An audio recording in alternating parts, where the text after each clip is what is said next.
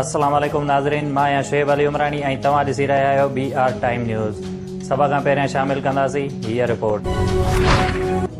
सिंध सरकार चीन खां सिंगल डोज़ साइनो वैक्सीन जा 50 लाख डोज़ सिधी रीत ख़रीद करण जो ऐलान।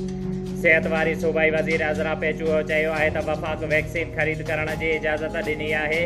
सुभाणे वफ़ाक़ खां बि वैक्सीन जा 2 लाख डोज़ मिली वेंदा।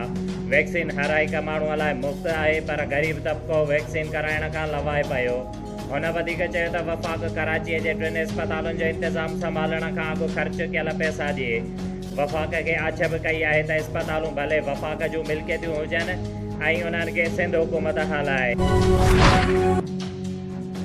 मुल्क में कोरोना वायरस हिक ई धक में 100 हयातियूं गिड़काए वरितियूं।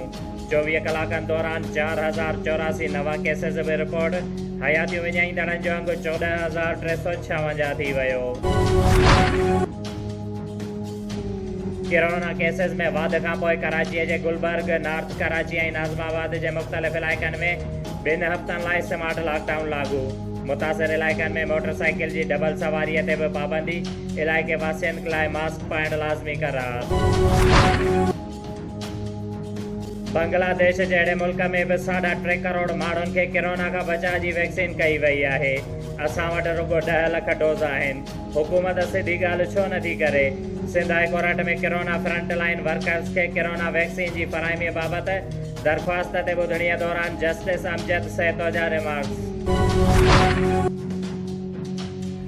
घरू वज़ीर शेख रशीद चयो आहे त आउं वज़ीर आज़म सां गॾु आयो हुयुसि ऐं उन सां ई गॾु वापसि वेंदुसि। पंजाब जे वॾे वज़ीर ख़िलाफ़ का बि एतमादीअ जी रिथक न पई अचे। इस्लामाबाद में ॻाल्हाईंदे हुन चयो त तब्दीली वॾो क़दम हूंदो आहे। ॾिसूं था त एतिरनि ॾींहंनि में छा पियो थिए। भारती घरू वज़ीर सां को बि राब्तो नाहे। हमाद अज़हर नाणे जो नओं वज़ीर मुक़ररु। काबीना हफ़ीज़ शेख खे हटाए संदसि जाइ ते हमाद अज़हर जी मुक़ररीअ जो नोटिफिकेशन जारी करे छॾियो। नदीम बाबर खे बि पेट्रोलियम वारी वज़ारत तां हटाइण जो नोटिफिकेशन जारी। ताबिश गोहर पेट्रोलियम बाबति वज़ीर आज़म जो नओं ख़ासि मुआविन मुक़ररु। अॻूणे वज़ीर आज़म शाहिद खाकान अब्बासीअ चयो आहे त मईशत तबाह थी वई। 3 सालनि बाद हुकूमत खे ख़बर पई त नाणे वारो वज़ीर नाअहल आहे।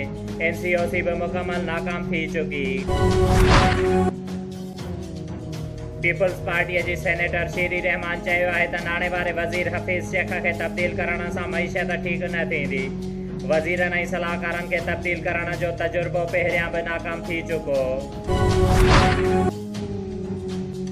पिरिया रोड रेलवे फाटक वटि स्नूकर जे दुकान जे छापरे खे ओचितो बाहि लॻण जे नतीजे में इरशाद चंदा, आरिफ बिरोई ऐं ॿियनि जा दुकाननि जा छापरा सड़ी राख बणिजी विया।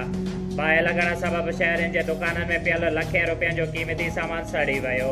फायर ब्रिगेडियर अमलो न पहुचण सबबि दुकानदारनि जो घणो नुक़सानु थियो। सकरंड पीपी शहीद भुट्टो जे मरकज़ी रहनुमा सैयद रोशन अली शाह पहिरीं वरसी मल्हाई वई। पीपी शहीद भुट्टो जे मरकज़ी रहनुमा अली उमरानी ख़िताब कंदे चयो त शहीद ज़ुल्फ़कार अली भुट्टो नज़रियाती मुतफ़िक़ आइन ऐं पहचान ॾिनी।